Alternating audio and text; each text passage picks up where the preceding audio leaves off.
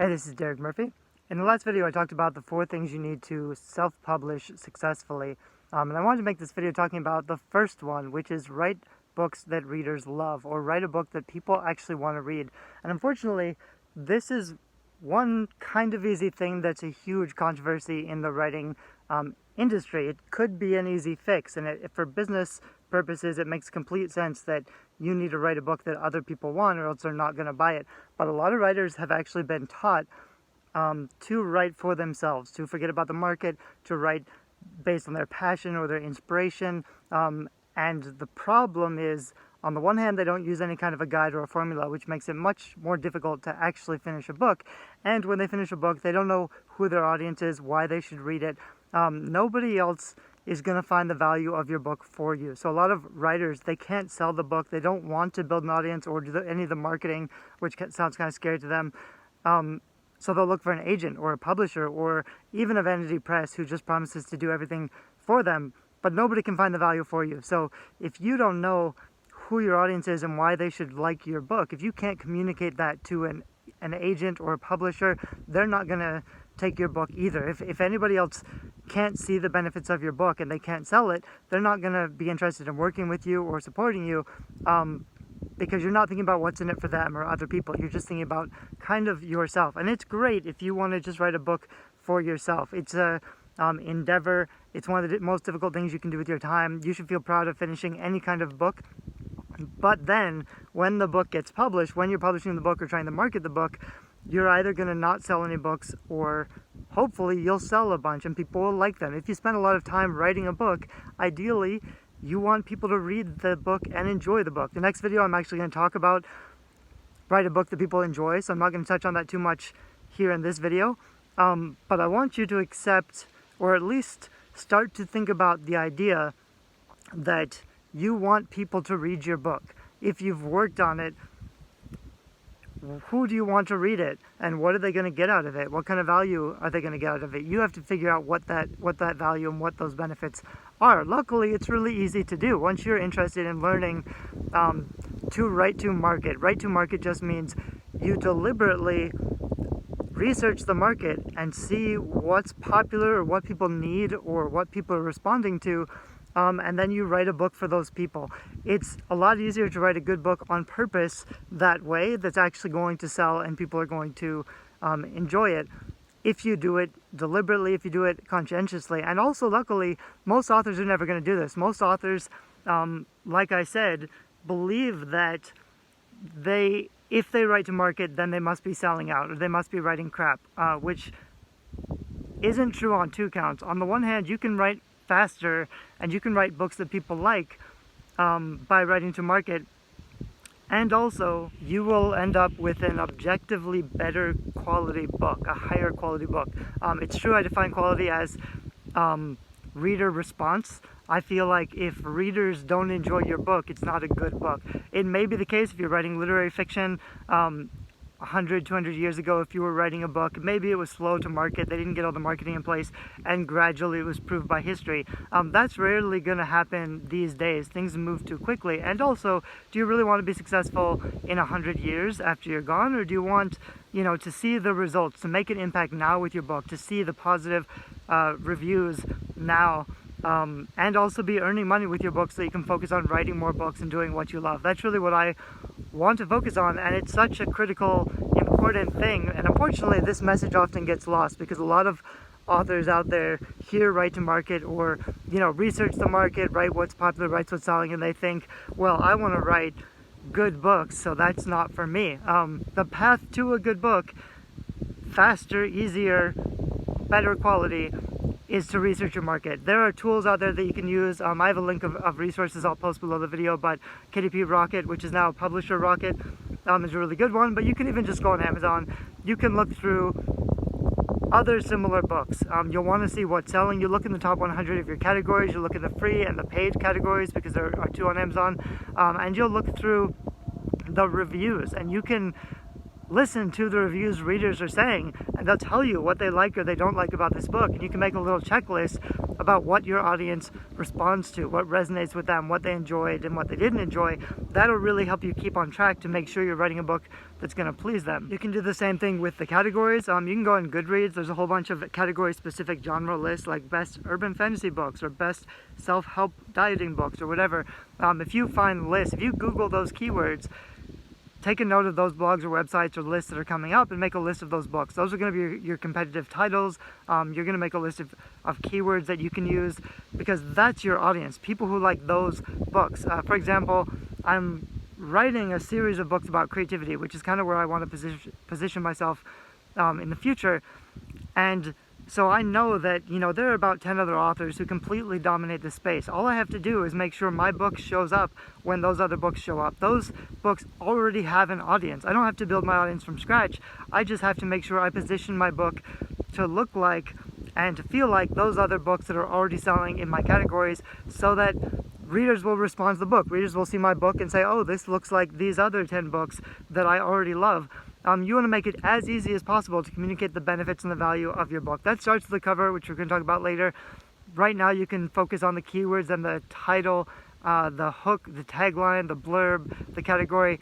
All of that stuff is just positioning the book to fit what people are already looking for and what they already respond to. It's very difficult to educate readers about why they should like your book, especially if your book is completely different. A lot of authors feel like the selling point or feature of their book is that it's new and different and unlike anything else. And that's not actually the case. Readers want more of the same. Readers want more of the same positive experiences that they've had from other similar books that they've read. So what you need to do is communicate really quickly, if you like these other books, my book is just like that, but maybe better because it has these other things, or the other books are lacking in this thing. I used to have to do this when I was doing my PhD for my thesis. I had to do a literary review which said, like, this is what's been done, this is why my book is necessary, this is why it's better and different. I was helping a friend here in the castle with a blurb, 2 people actually, and in both cases they had all the right stuff. They had, like, this is an paranormal academy book. It had, like, it was obvious what it was, but it also sounded like all the other Paranormal Academy books. So you have to make sure you communicate that, but also add in all the unique features that only your book has, that are detailed and specific to your book. If you've already finished your book, that's great. It may be more difficult. You'll find what I've often noticed, I work with a lot of authors, and they may be struggling for 5 years, 10 years, and then they finally accept writing to market, and they finally do it right on purpose. And what usually happens is they'll finish the book they want to write, or they'll say, I want to write what's popular, I'm going to write a Paranormal Academy book, but actually they don't. They write their style, they write what they like to write for themselves, and they miss all the tropes or all the genre conventions. Everything that readers like about that genre, they do it differently. So they're not actually writing to market. They're writing the same kind of book, but they're not providing the same kind of reading experience. So that's one thing to keep in mind. It's easier to do this stuff on purpose from the beginning and build a strong product. But if you've already finished your book and you have a book out there, it's still important to do the research and figure out what people are searching for so that you can position your book to fit better with the demand. That's marketing. That's mostly the only marketing that I do. What a lot of authors think about when they publish their book, unfortunately, they get these 4 things wrong consistently. So they finish their book, they publish their book, they think they're finished, and they start spending thousands of dollars on advertising, and nothing is working. And so, eventually your funds run out. You get frustrated and demotivated, and you figure, I'm not cut out to be a writer. This is too hard. I'm just going to give up and get a stable job. That's the process most authors go through, and you can fix that process by focusing on the 4 things. If you do them right, marketing is kind of irrelevant, which is why the Guerrilla Publishing book and the process, we've had a few hundred people go through it, and in the beginning I just taught everything they need to know about self-publishing, but I've realized that it's really not, it's kind of overkill. Like, you don't have to do all the stuff, you don't have to worry about even building your author platform, which I talk a lot about, or getting organic traffic. The other reason why I think this is so important is that a lot of authors publish their book and they feel all of this doubt and overwhelm and frustration. Maybe their book is good, but they're just not resonating. They're not connecting with readers. I've had people tell me in my Facebook group, well, if you only read my book, you would know it's good, and who cares if it has a good blurb or a cover, like the book itself is quality. No one's going to take the time to read your first few pages or buy your book or take a chance on it unless the cover and the blurb already sold them, unless you've already communicated that this book is this is something they're going to want to read. You have to hook their interest. You have to give them enough of the story for them to want to read the book. It's not anybody's responsibility to help you out by reading your book. It's actually a really big ask. A book, takes several hours to read, maybe several days to read, depending on how long it is. Even just asking friends and family to read your book or review your book, that's a pretty big ask. So you don't want to be asking for favors. You want to position your book in a way that people are excited to start reading it. And that's kind of what you can do. If you don't know your audience, if you don't know what they like or what they want, you can't figure out how to communicate the value of your book in a way that makes them interested in reading it. And it's tricky and difficult to do, but it can be done. And like I said earlier, most authors just aren't doing it at all.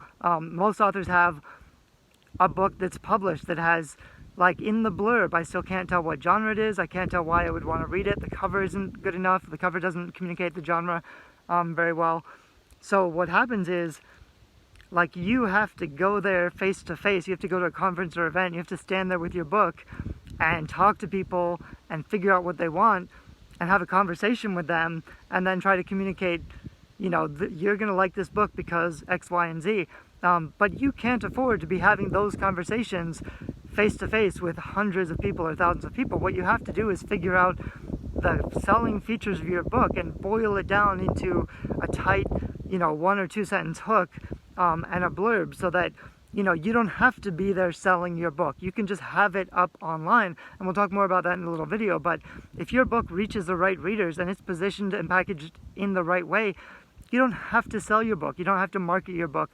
It will do that itself. Your book can go out there in the world and sell itself for you while you're working on other books. That's really why I don't focus on the marketing. I started self-publishing in 2003, back when self-publishing was a whole different beast, and I failed. I got everything wrong in the beginning. I had a book, I tried to mix genres. I tried to be cute and clever, and I had a book that people didn't really know what this was or why it was for them, and so I definitely made a lot of mistakes. And I kind of gave up writing for about 10 years. I went back to school and did my master's and my PhD. And I started to publish nonfiction books because now I knew about how to publish. But I was using my nonfiction books to sell services. And I used that to grow a 6-figure publishing, book cover design business that was fine for a few years. But more recently, I've realized I don't want to be doing the services. I just want my books to sell. I want my books to be the thing that makes the money so that I can be writing more books, because that's really what I love to do. And so I built this system of, I don't want to be out there marketing. I don't want to spend all my budget on advertising. I have friends who do very well, but they spend 70% of their income on advertising. They basically manage their ads full time. And that can definitely work, and it may be, if you really want to go for the big numbers, advertising is really important.